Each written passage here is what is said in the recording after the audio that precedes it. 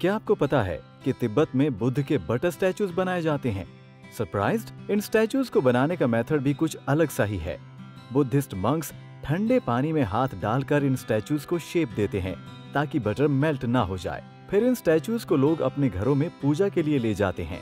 Japan में लोग बोधि धर्म के स्टैचूज बिना आंखों के बनाते हैं और उनसे अपनी विशेस पूरी होने की प्रार्थना करते हैं और विशेस पूरी हो जाने के बाद उनकी आंखें पेंट कर देते हैं। थाईलैंड में बुद्ध का एक एमरल्ड स्टैचू है।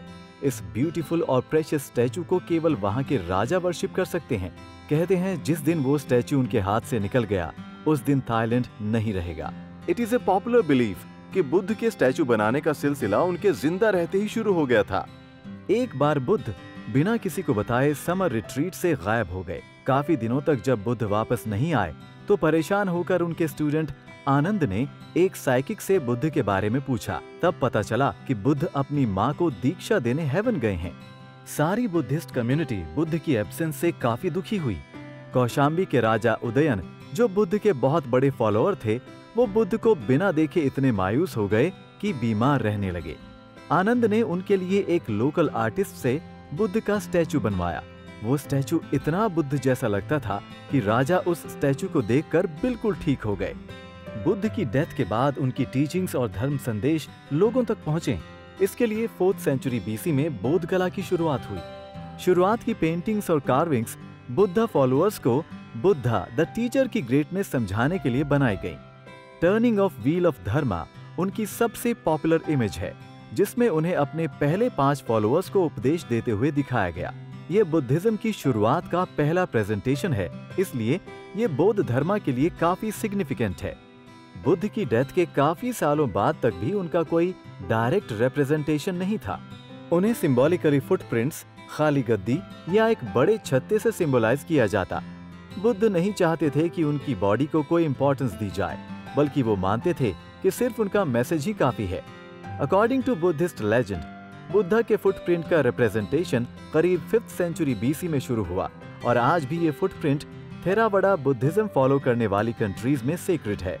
इन फुटप्रिंट्स को बुद्ध पद कहते हैं और इन रिप्रेजेंटेशंस को an iconic stage of Buddhist art, यानी बुद्धिज्म का वो दौर जब बुद्ध मूर्ति विहीन हो गए थे। 1st सेंचुरी एडी तक आते आते बुद्ध के ब्यूटीफुल ह्यूमन फॉर्म्स दिखाई देने लगे। इस समय की आइकोनोग्राफी को एंथ्रोपोमॉर्फिक कहते हैं।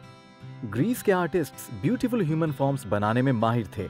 उन्होंने शुरुआत में बुद्ध के ह्यूमन फॉर्म को स्कल्पचर्स में कन्वर्ट किया। बुद्ध के स्टैचूज बनाने में 2 तरह के आर्टिस्ट्स इन्वॉल्व थे, गांधार स्कूल और Mathura school. Gandhara school Greek architecture से इन्फ्लुएंस्ड था, इसलिए उनके स्कल्पचर्स में बुद्ध को ग्रीक गॉड की तरह लॉन्ग रोब्स और सैंडल पहने हुए दिखाया गया। बुद्ध के standing statue is a direct influence of Gandhara school. Thanks to them हम बुद्ध को आज भी एक ह्यूमन के फॉर्म में इमेजिन कर सकते हैं। मथुरा स्कूल के स्कल्पचर्स ने बुद्ध को हिंदू गॉड के रूप में ढाला। वो बाकी इंडियन गॉड की तरह कमल के फूल पर बैठते थे और हाफ शोल्डर कपड़े पहनते थे। इसकी वजह से बुद्ध हिंदू देवता ज्यादा लगते थे और ह्यूमन कम। सबसे इंटरेस्टिंग बात यह है कि बुद्ध का इन्फ्लुएंस विजुअल आर्ट्स जैसे कि पेंटिंग और स्कल्पचर मेकिंग पे तो काफी रहा, मगर म्यूजिक और डांस पर बिल्कुल नहीं।